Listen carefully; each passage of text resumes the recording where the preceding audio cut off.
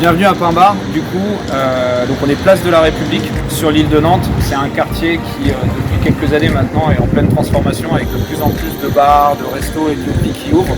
Nous, on s'inscrit pleinement là-dedans et on est super content d'être dans ce quartier-là. C'était pas prévu à la base, on ne cherchait pas ici. Et puis, un coup du sort a fait qu'on a atterri là. Donc ici, c'est la terrasse.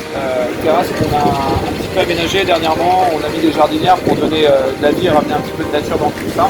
Terrasse, en tout cas, on peut passer à l'intérieur ensuite.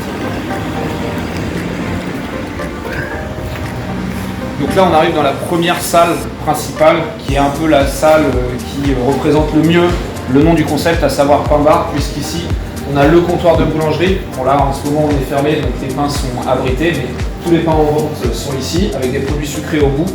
Et sur cette partie-là, ensuite, on a le bar, avec le traditionnel rack à verre et des boissons derrière. Comme je l'expliquais un peu plus tôt, la particularité, c'est que tous nos produits sont bio et qu'on fait le plus local possible. C'est valable autant en boulangerie qu'au bar ou au restaurant. Ici, on est dans la seconde salle, donc salle qui est dédiée vraiment à la partie restauration avec les tables et les chaises. On a juste là le pass cuisine. Pour nous, c'était comme pour la boulangerie, c'était hyper important que la cuisine soit visible de l'extérieur pour les passants et les passantes. Et en plus de ça, ça permet à Polo, notre chef, d'avoir un vrai contact avec les clients et les clientes. Du coup, on est Pain Bar, on est boulangerie, bar et restaurant installés sur l'île de Nantes et on est 3 associés à avoir monté ce projet. Antoine en boulangerie, Paul-Antoine en cuisine et moi-même Clément au bar et en salle. Pain Bar, du coup, donc c'est boulangerie, bar et restaurant. On est un lieu qui est ouvert du mardi au samedi et on est sur la partie boulangerie, on est une boulangerie un peu non conventionnelle car on n'est pas ouvert le matin. On ouvre à partir de 11h45, on ferme à 14h30, on rouvre à 17h et on ferme à 23h. En fait, la boulangerie, elle suit les horaires d'un bar-restaurant classique. On propose du pain, on propose aussi des produits sucrés. Le midi, on propose des sandwichs ou des plats à l'assiette, sur place ou à emporter.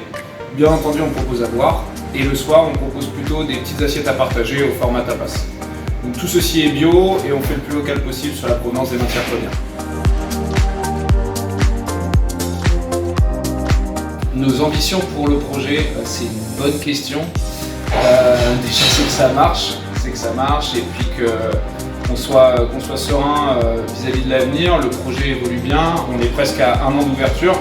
On est super content parce que pendant 10 mois, on a tenu le projet à 3, les 3 associés, et on vient tout juste d'intégrer une 4e personne, donc notre premier salarié en cuisine, justement pour pouvoir proposer une carte plus conséquente avec aussi des variations plus fréquentes.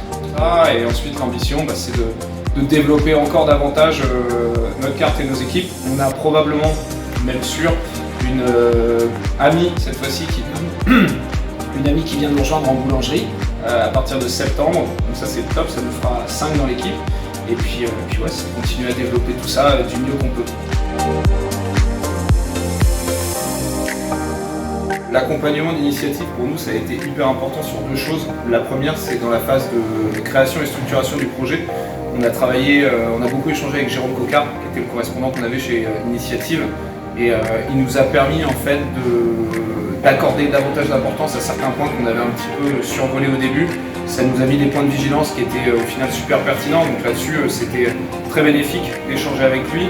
Aussi, ça nous a permis de roder le discours de notre projet pour qu'ensuite on puisse le vendre entre guillemets mieux auprès des banques. Et ensuite, bien entendu, l'apport indispensable, ça a été l'apport financier. Je pense que sans prêt initiative, on n'aurait jamais réussi à faire ce qu'on a fait aujourd'hui de ce projet-là. Déjà, on avait un budget limité et on a fait tous nos travaux nous-mêmes, mais il y avait quand même beaucoup d'aménagements à faire, du matériel à acquérir et sans le crédit initiative, on n'aurait jamais pu faire tout ça. Donc, bien entendu, c'était hyper pertinent pour nous d'être accompagnés par ce dispositif. Essayer d'anticiper le plus de choses possible et se dire que dans tous les cas, il y aura des imprévus et savoir réagir face à ces imprévus. Et puis, mais surtout pas hésiter, il faut y aller quoi. Si l'idée est bonne et que la personne est convaincue ou les personnes sont convaincues par l'idée, il faut y aller. C'est juste que c'est un petit parcours semé d'embûches qui arrive quoi.